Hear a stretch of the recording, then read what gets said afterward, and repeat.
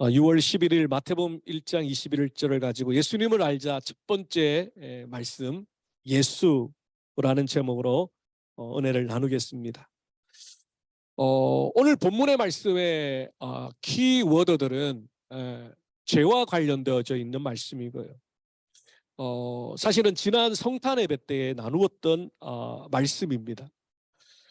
성탄 예배는 지난해에는 마지막 주에 겹치면서 또 수료 진급 예배와 함께 드리며 여러 가지 행사들이 있어서 말씀을 좀 제대로 깊이 다루지 못했습니다.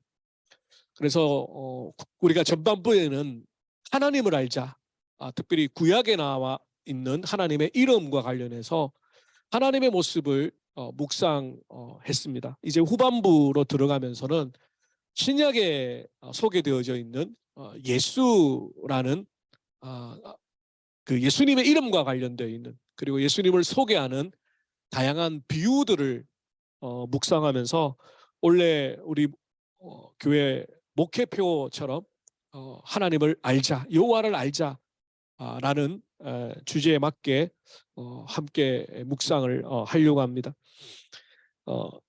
현재는 그 웹사이트만 운영하고 있는 라이프지라는 아주 유명한 세계적인 잡지가 있습니다.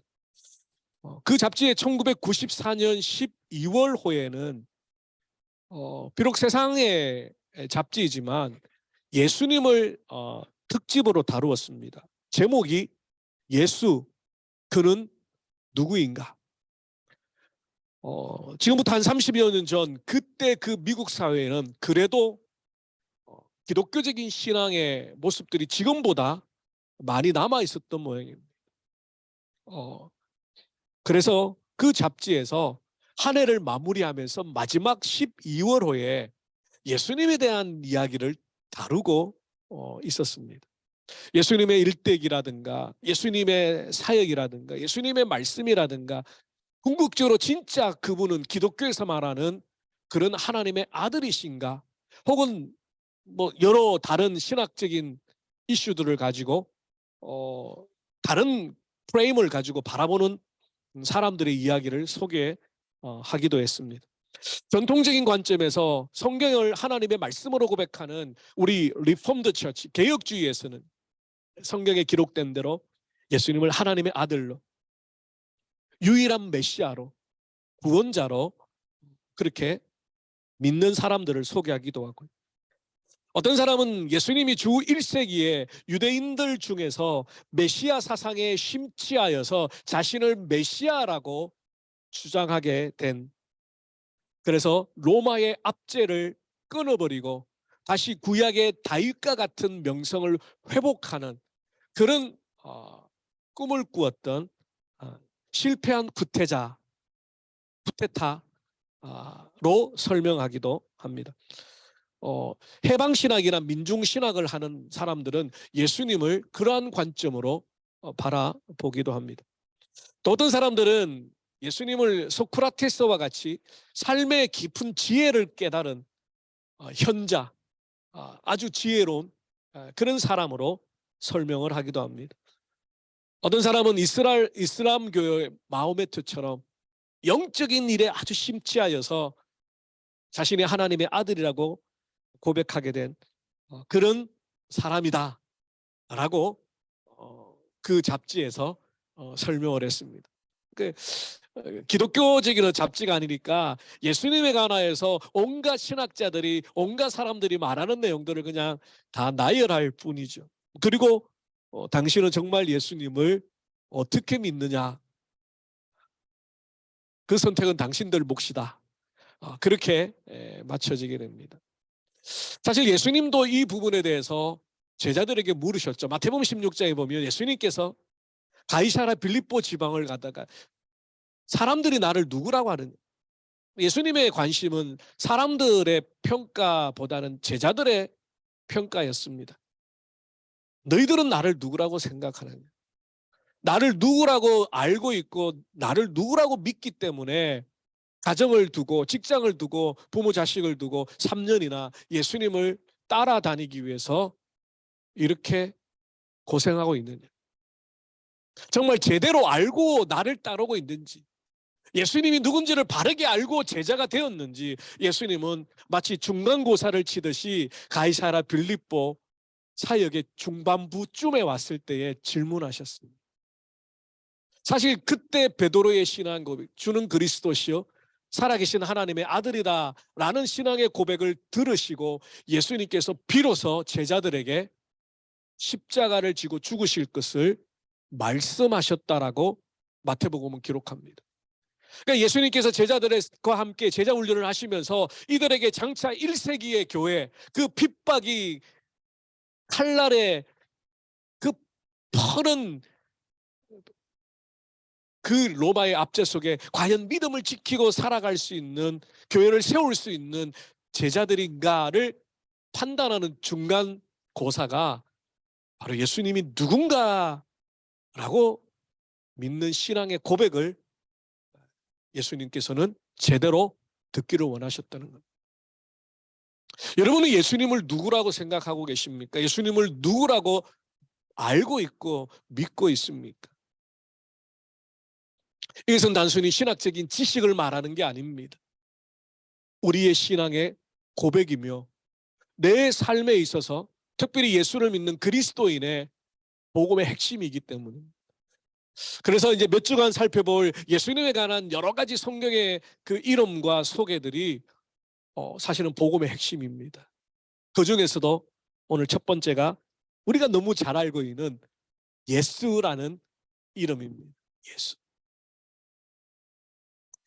일반적으로 구약의 하나님의 이름을 묵상할 때도 설명을 드렸지만 성경에 나와 있는 하나님의 이름이나 예수님의 이름, 성령님의 이름은 단순히 호칭이 아니라고 말씀드렸습니다. 누구누구야 라고 부르기 위해서 이름을 지은 것이 아닙니다. 우리가 잘 아는 것처럼 여러분의 자녀를 이름 짓죠. 입양해온 고양이와 강아지의 이름을 짓죠. 일반적으로 이름을 짓는 것은 먼저 존재하거나 먼저 태어난 그리고 상위에 있는 어떤 존재가 이름을 지어주는 거죠. 근데 하나님은 영원 전부터 계셨던 창조주 하나님이시기 때문에 어떤 피조물이, 어떤 사람이 하나님의 이름을 지어줄 수가 없습니다. 하나님은 하나님 스스로 이름을 가르쳐 주신 거예요. 예수님께서 오늘 예수라는 이름을 받으시게 된 것, 이것은 천사가 이미 마리아에게 예수라는 이름을 지으라고 설명해 주었습니다. 아들을 낳으리니 이름을 예수라 하라. 이는 그가 자기 백성을 그들의 죄에서 구원할 자이심이라 하니라. 여기서 참 중요한 복음의 핵심이 있습니다. 자기 백성을 죄에서 구원한다. 우리가 조금 다른 색깔을 가지고 리버블한 자유로운 신앙의 고백을 가지고 있는 분들 중에는 하나님의 사랑을 지나치게 강조하다 보니까 하나님의 형상과 모양대로 지음받은 인간을 하나님의 사랑이 지옥에 던질 수가 없다라고 주장합니다. 그러면서 모든 사람이 다 구원을 받는다. 예수를 믿든 예수를 믿지 않든 모든 사람이 구원을 받게 될 거라는 보편 구원론을 말합니다. 보편 구원론, 유니버설리즘이라고 말합니다. 어떻게 보면 그 사상이 되게 솔깃해요. 아, 그래, 하나님의 사랑이니까 하나님의 형상과 모양대로 지음받은 사람을 하나님이 다 구원해 주실 거야. 그러고도 남은 하나님의 능력이 있으니까. 근데 성경의 대부분의 구절은 우리의 구원이, 하나님의 구원이 선별적이라는 겁니다. 모든 사람이 예수를 믿든 안 믿든 다 구원받는 게 아니라 오직 예수 그리스도 안에 있는 사람, 예수 그리스도를 나의 주님으로 고백하는 사람, 예수님을 내 죄 때문에 죽으신 하나님의 아들로 인정하는 사람들, 그들이 구원을 받을 것이다. 그래서 예수님이 심판하러 오실 때 한 사람은 남겨둠을 당하고 한 사람은 구원을 받게 될 거예요. 그래서 칼빈이, 종교개혁가 칼빈이 이중 예정을 말합니다. 어떤 사람은 구원을 주시기로 예정하셨고 어떤 사람은 구원을 주시지 않기로 예정하셨다. 구원의 예정은 늘 신비입니다.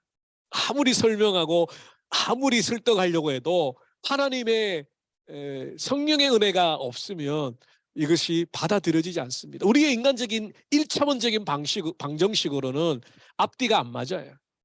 근데 성경에는 양면을 다 이야기합니다. 하나님 편에서는 영원 전부터 예정하신 자들, 하나님이 창세전에 택하신 자들, 요한계시록에는 그 생명책에 이름이 기록된 자들 절대로 하나님이 버리시고 포기하지 아니하시고 끊어낼 수 없다라고 선언합니다. 하나님 편에서 예정된 자들. 그래서 바울은 이 예정에 포커스를 두고 고백하죠. 우리가 구원받은 것은 우리의 행위로 된 것이 아니라 하나님의 은혜로 말미암아 예정하신 은혜로 말미암아 구원을 얻었나니 누구든지 자랑하지 못하게 하려 합니다. 우리의 구원은 우리에게서 난 것이 아니기 때문에 여러분 구원받았다라고 감사하고 세상 가운데 자랑할 수 있지만 내 의를 자랑할 수는 없습니다. 우리가 구원받은 것은 나의 열심이나 노력이나 공로나 그런 것들이 아니기 때문에 그것을 전적으로 믿게 되는 그리스도인들이라면 평생의 삶이 바울과 같이 나로 나된 것은 하나님의 은혜로라. 그래서 그 은혜가 헛되이 되지 않기 위해서 더 죽도록 충성을 다했다는 거예요. 은혜를 잘못 알면요, 하나님의 은혜를 잘못 배우면요 이상하게 됩니다. 모든 것이 다 은혜라고 말하면서 게을러집니다. 모든 것이 다 하나님의 은혜라고 말하면서 불평합니다. 하나님의 그 크신 은혜를 받았다고 말하면서 사람들을 욕합니다. 원망합니다. 누구 때문이라고 말합니다. 하나님의 그 크신 은혜를 받고 여전히 죄악 가운데 살면서 나를 용서해 주실 거야 라고 쉽게 죄 짓기를 생각합니다. 로마서에서 바울이 말합니다. 죄가 더한 곳에 은혜가 더한다. 10이라는 죄를 짓고 10이라는 용서를 받은 사람과 100이라는 죄를 짓고 100이라는 용서를 받은 사람, 누가 더 큰 은혜를 받았느냐? 100이죠. 100. 100이라는 죄가 용서되어지는 것. 더 큰 은혜를 받았습니다. 그래서 더 큰 죄인일수록 하나님 앞에 더 큰 죄의식을 가지고 있는 사람일수록 나를 용서해 주시는 하나님의 그 은혜가 더 커요. 그래서 바울이 그것 때문에 평생을 결혼도 하지 않고 돌아다니며 복음을 전하며 1차, 2차, 3차, 4차 전도 여행을 다니면서 평생을 그렇게 살다가 기꺼이 순교를 당하고도 할렐루야 나는 너무 행복해 라고 고백할 수 있었던 바로 그 은혜의식 때문에.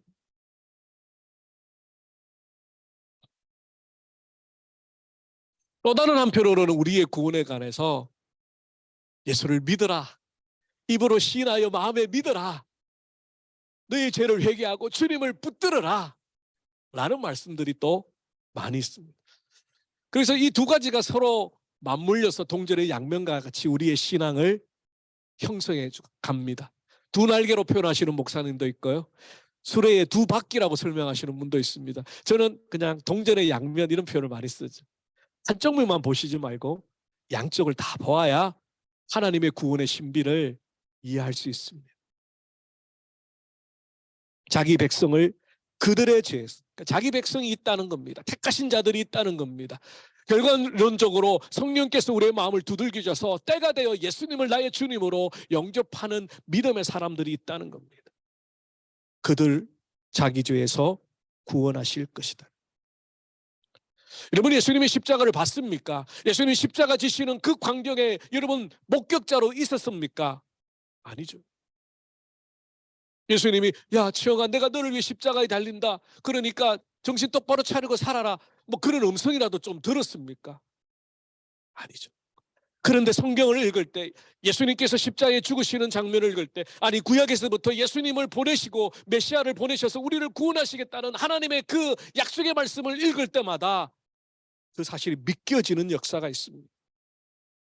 기도하는 가운데 그 십자가 앞에 나만 홀로 주님 앞에 앉아있는 것 같은 느낌을 받습니다.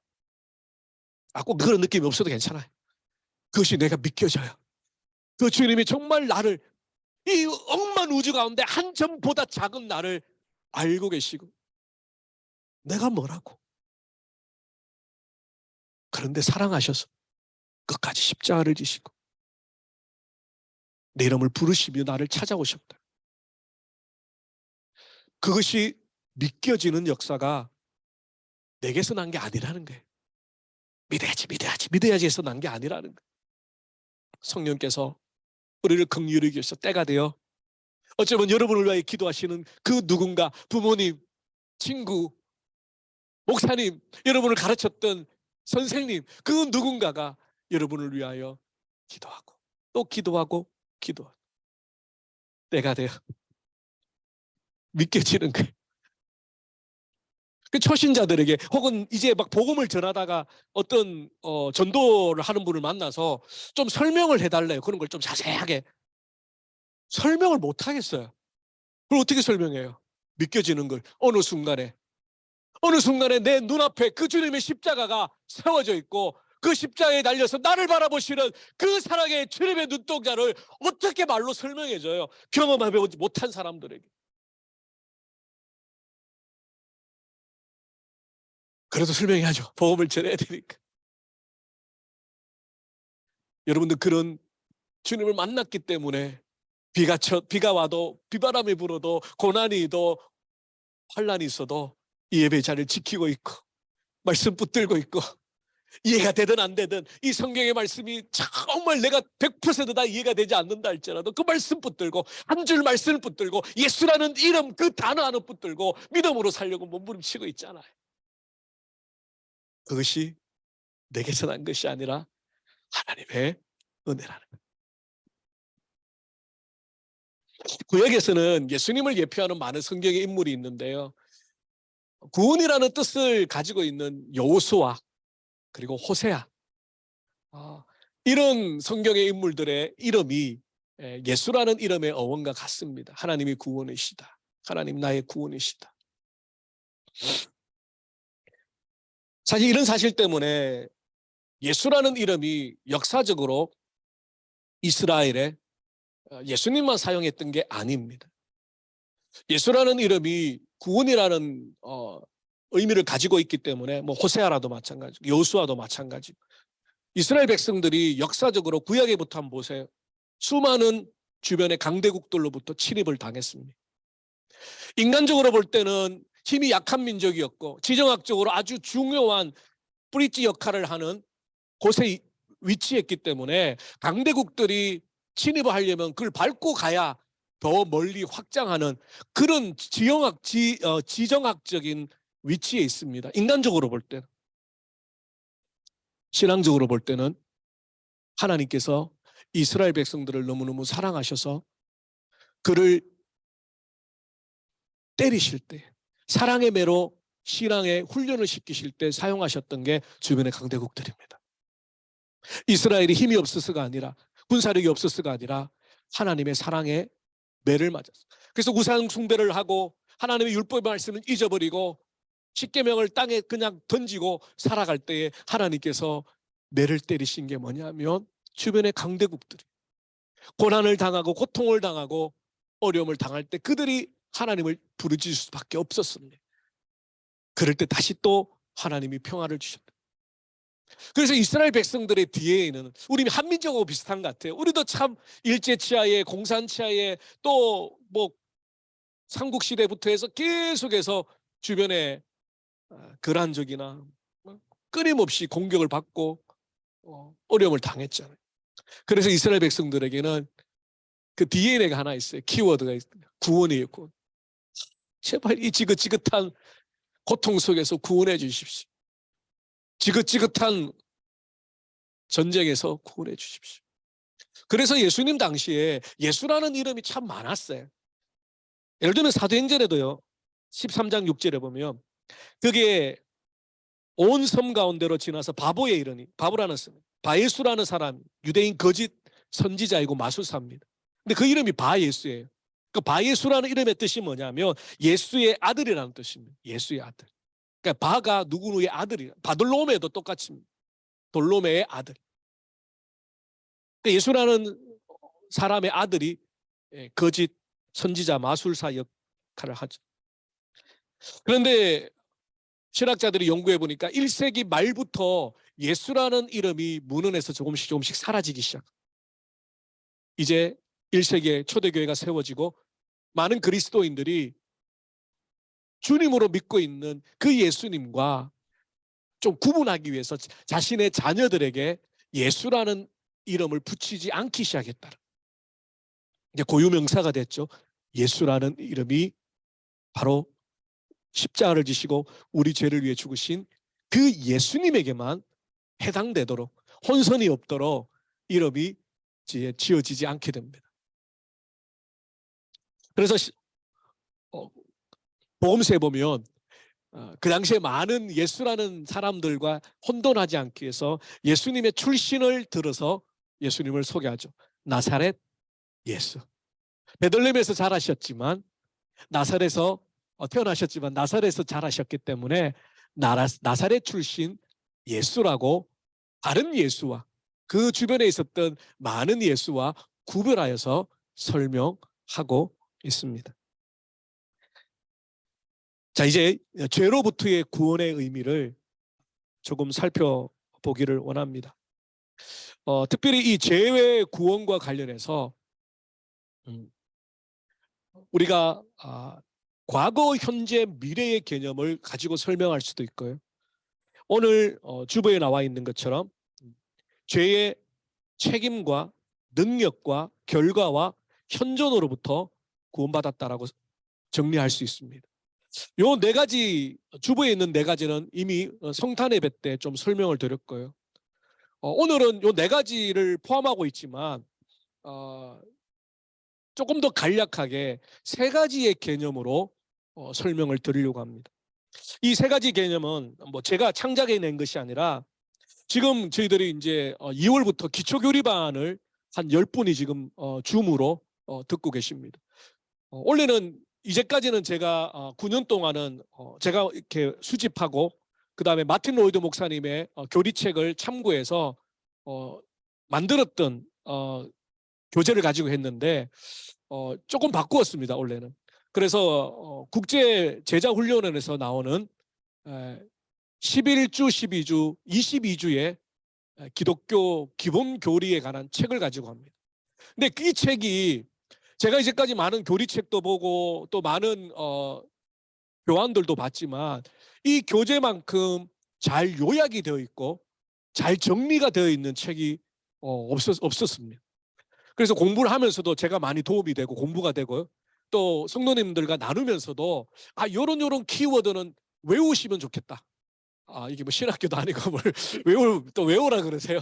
예, 시험도 안 치고 뭐 아무것도 안 하지만 그래도 요런 키워드는 외워놓으시면 이단이나 혹은 이상한 사람들과 대화하는 가운데도 아주 기본적인 가이드라인이 되겠다라고 생각해서 성경부를 하다 하면서 별표 1개 치세요. 별표 2개 치세요. 옛날 학창시절처럼 빨간 편 치세요. 이렇게 해서 좀 중요한 내용들을 제가 더 강조하고 있습니다. 거기 교재에 이 죄와 관련해서 세 가지 단계를 설명하고 있습니다. 칭의와 성화와 영화입니다. 이것은 구원의 단계이기도 하지만 우리가 예수님으로 말미암아 죄로부터 구원받는다라는 것이 과거에 예수님을 여러분이 영접할 때 단회적으로 딱 한 번만 일어나는 게 아니에요. 죄로부터의 구원은 과거의 어느 시점에 여러분이 예수님을 영접하던 과거 학창시절에 중고등부 시절에 그때 딱 한 번만 해당되는 약속의 말씀이 아니라는 겁니다. 우리의 과거, 우리의 현재, 그리고 우리의 미래까지 구원의 개념의 키워드는 죄의 용서죠. 그래서 이 교재에 기반한 내용들을 조금 더 묵상을 하면서 설명을 드리려고 합니다. 첫 번째는 이제 칭의적인 개념입니다. 여러분 우리가 죄로부터 구원을 받는다라는 개념을 생각할 때 이 세 가지를 좀 외워주시길 바랍니다. 한번 우리 같이 따라해 볼까요? 첫 번째는 칭의, 두 번째는 성화, 세 번째는 영화. 예. 칭의, 성화, 영화. 자, 그런데 칭의는 과거에 나의 죄의 형벌로부터 구원을 받았다. 과거형입니다. 오늘 주보에 나오는 거 보면 우리가 죄의 책임으로부터 구원을 받는 겁니다. 이게 뭐냐면 우리가 아담과 하와가 선악과를 먹음으로 지은 그 원죄가 싫든 좋든 우리가 태어나면서부터 있습니다. 이것은 아담이 개인이 아니라 하나님과 약속을 맺은 인간의 대표이기 때문에 우리는 선악과를 먹은 적도 없고 구경한 적도 없지만 아담 안에서 아담 안에서 우리는 원죄를 가지고 태어납니다. 그래서 종종 목사님, 세상 사람들 중에 법 없이도 살 사람이 있어요. 정말 착하게 도덕적으로 살고 있는 사람들, 그 사람들도 예수 안 믿는 것 때문에 지옥 가나요? 죄송하지만 갑니다. 왜요? 그렇게 착하게 사는데. 바로 원죄가 있기 때문에. 이 세상에 죄 없이 존재하는 분은 딱 한 분, 예수 그리스도밖에 없습니다. 왜 세상 사람들이 아무리 착해도 아무리 도덕적이어도 아무리 윤리적이어도 구원을 받지 못하느냐 하면 이 원죄가 있기 때문에. 그리고 엄밀하게 말하면 원죄만 있는 게 아니라 자범죄도 있습니다. 왜냐하면 마음으로 짓는 것도 죄라고 말씀하셨기 때문에. 세상 사람들이 겉으로는 도덕질하지 않고 살인하지 아니하고 간음하지 않지만 마음으로 짓는 죄를 없다 할 수 없기 때문에. 그래서 아담과 하와 이후의 모든 인류는 우리는 원죄의 그 죄성을 가지고 태어나고 그로 말미암아 죄를 범하게 돼. 자, 그런데 절대 거룩하신 하나님은 그 죄를 용납하실 수 없습니다. 그 죄에 대한 마땅한 값을 우리에게 묻습니다. 그래서 우리가 가지고 있는 원죄, 또 그 원죄로 말미암아 짓는 죄, 자범죄, 이 죄를 하나님 그럼 제가 책임지겠습니다. 제가 책임질게요. 라는 방법이 딱 하나 있습니다. 내 죄를 내가 책임지는 방법이 딱 하나 있습니다. 그게 뭐냐면 영원한 저주와 형벌과 심판을 받아 지옥에 가는 겁니다. 지금 하나님을 알지 못하는 세상 사람들이 왜 지옥에 가냐면 그 죄값을 받기 때문입니다. 자신의 그 원죄와 자범죄의 죄값을 자기들이 책임지는 것이 뭐냐면 영원한 심판에 떨어지는 겁니다. 그런데 하나님께서 언제부터요? 영원전부터. 창세전에 하나님의 생명책에 기록한 하나님의 백성들을 영원한 지옥으로 보낼 수 없기 때문에 예수 그리스도를 2000년 전에 보내시고 그분의 십자가의 죽으심을 믿어지게끔 성령께서 우리의 마음에 역사하셔서 우리가 그분을 나의 주님으로 고백함으로 하나님이 보실 때에 너가 지은 죄, 너가 가지고 있는 원죄, 그 죄에 대한 저주와 형벌과 심판을 너가 받아야 되는데 너 대신 예수님이 받으셨다라는 것을 네가 믿기 때문에 너는 죄가 없어. 그게 칭입니다. 칭. 더 쉽게 말씀을 드리겠습니다. 우리는 죄악을 가지고 있는 까만 연탄입니다.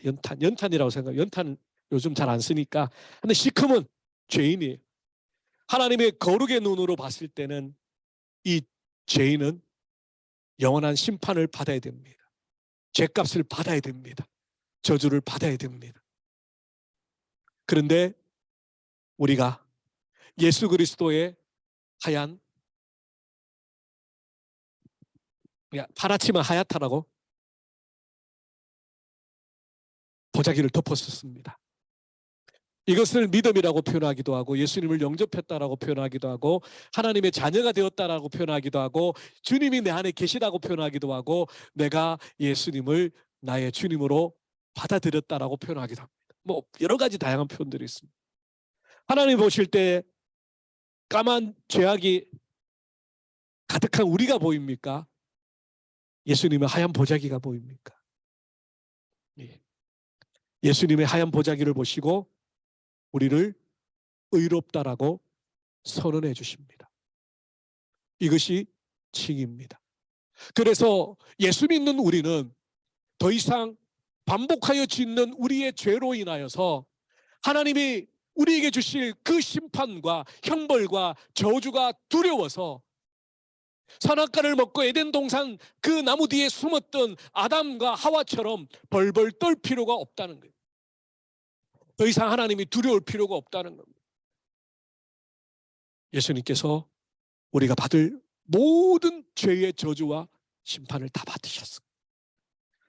이것을 믿는 것이 바로 믿음입니다. 여러분의 죄는 시편 기자 고백했던 것처럼 동이 서에서 먼 것처럼 이미 옮겨 놓으셨어요.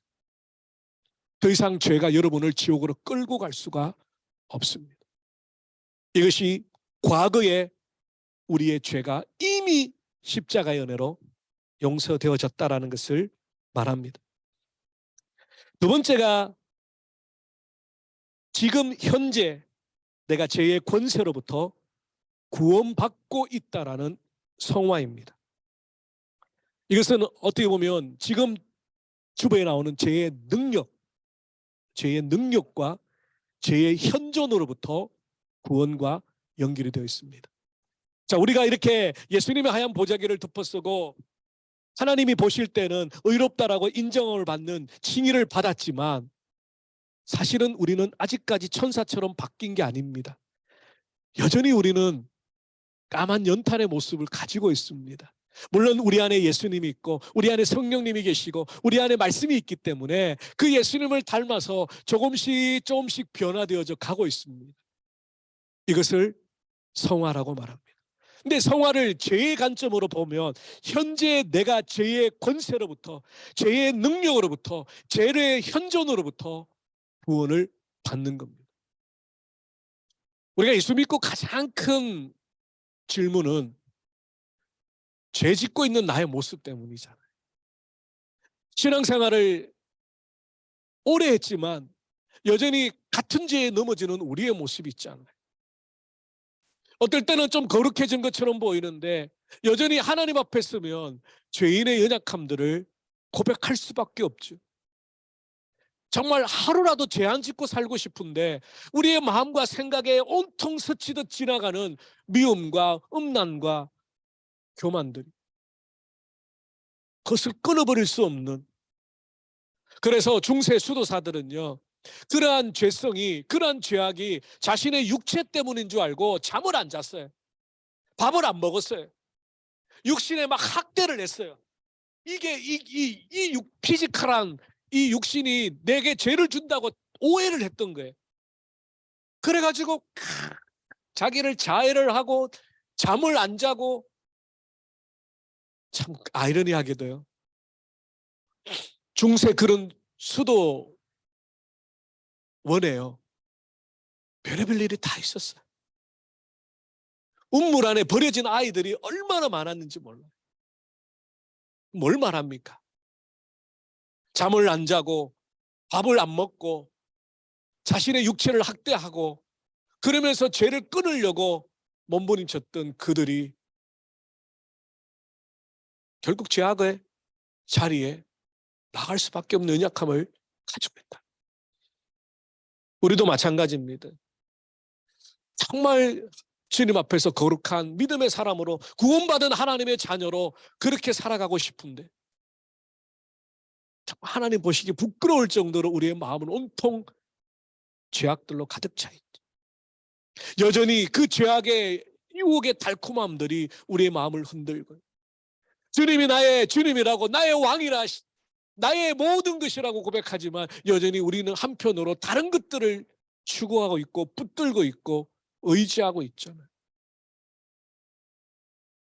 그래서 얼마 전에 소천했던 그 팀 켈러 목사님, 그분의 가장 그 신학적인 메시지의 키워드는, 죄의 키워드는 우상숭배였습니다. 우상숭배. 오늘날은 바알과 아세라와 아스다롯과 같은 신이 없지만 하나님보다 더 사랑하고 하나님보다 더 나를 좌우하는 그 무엇이 현대판 우상이다. 근데 그 우상을 가지고 있는 것이 바로 죄라는 거예요. 어떻게 하면 하나님 앞에 현재 나의 죄의 권세로부터 구원받을 수 있을까? 결국 우리와 함께 하시는 성령의 민감할 수밖에 없습니다.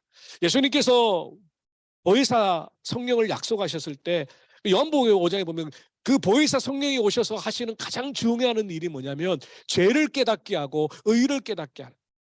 결국 성령께서 우리에게 그 죄에 대해서 애통하게 하고 죄를 죄로 깨닫게 하고 그 죄로부터 돌아서게 만드시는 그 은혜를 누리게 되는 것.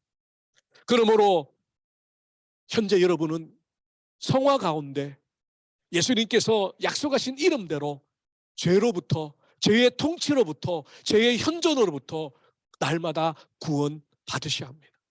죄가 여러분을 다스리지 못하도록, 죄가 여러분을 통치하지 못하도록, 죄가 여러분을 끌고 가지 못하도록, 진리 안에 자유를 주지 못하는 그 죄로 나가지 않도록.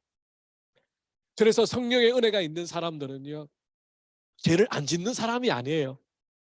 죄를 짓고 즉각 회개하는 사람. 근데 이 회개도 형식적인 회개가 아니고요, 가슴을 치는 회개. 나를 정말 하나님 앞에 완전히 찢어내는 회개. 그 깊은 회개를 하는 성도라면 죄 짓는 거 쉽게 생각 못합니다. 왜냐하면 회개가 여러분 쉽지 않아요. 참된 회개는요, 정말 하나님 앞에서 너무나 부끄럽고 갈기갈기 찢어져요. 그냥 입술로 하는 회개, 아이고 잘못했습니다, 누워서 그냥 하는 회개, 그런 회개는 누구나 쉽게 하죠. 그런데 성령께서 나를 십자가 앞으로 끌고 가는 참된 회개는요, 정말 마음이 무너져요. 그런데 그 회개를 하고 나면 하나님께서 사죄의 은총을 부어주시죠. 우리의 마음을 만져주시죠. 다시 똑같은 죄에 넘어지지 않게끔 우리에게 능력을 부어주시죠. 그러니까 우리가 바울이 고백했던 것처럼 육신의 정욕과 성령의 소욕이 계속해서 싸우니까 어떨 때는 성령의 은혜가 충만할 때는 죄를 이깁니다. 죄의 유혹을 와도 밟아버립니다. 그런데 성령의 은혜가 충만하지 못합니다. 우리의 말씀과 기도의 은혜가 떨어집니다. 세상의 분주한 일로 딴 것에 막 신경을 쓰다 보면 당연히 우리의 육신의 소욕이 올라갑니다. 그럴 때는 또 넘어집니다. 또 실패합니다.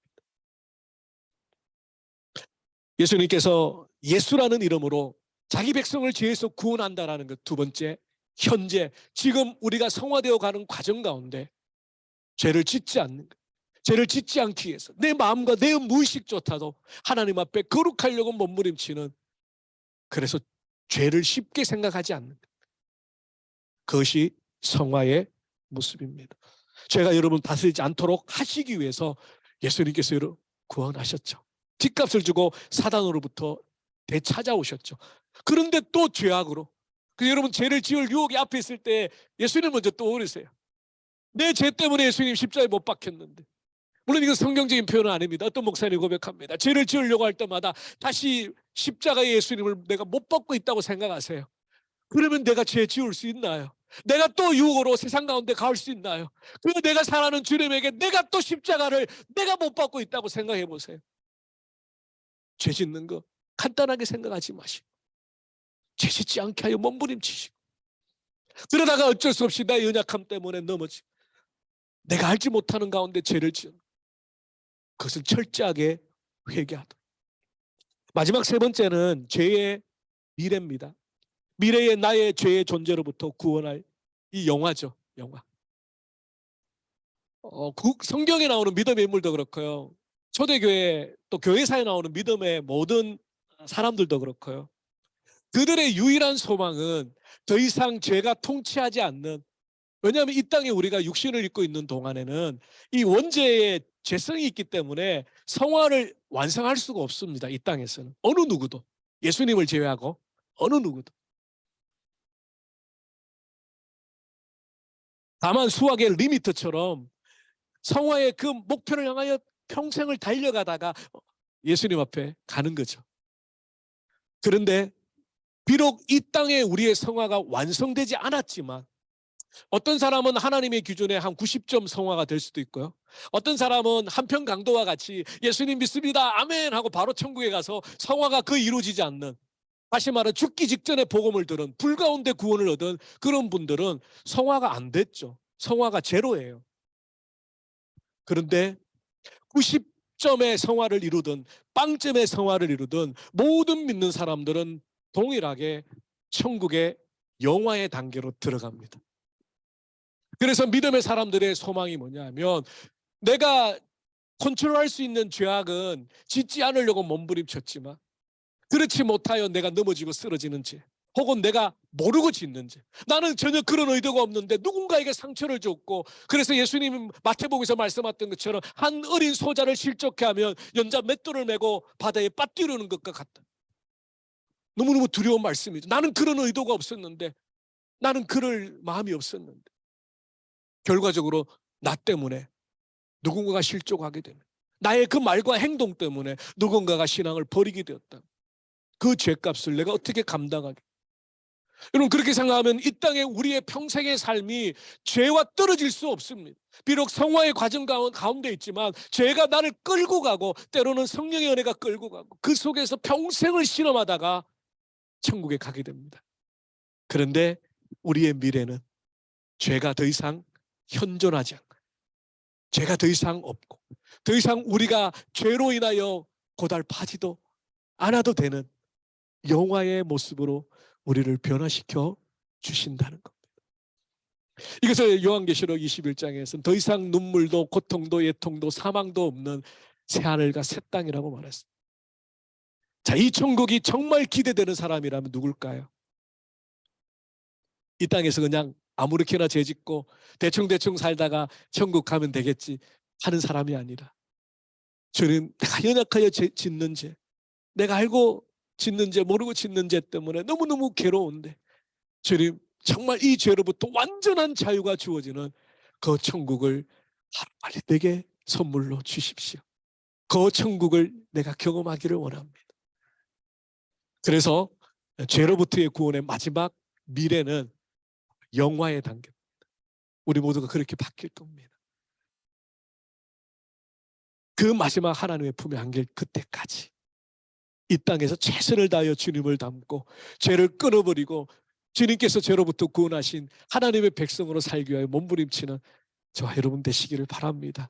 예수라는 이름이 우리에게 감격과 기쁨, 마지막 만날 그 주님이 나의 눈물을 닦아주시며, 그래 너가 최선을 다해서 죄와 싸웠구나 위로해 주실 주님을 기대합니다.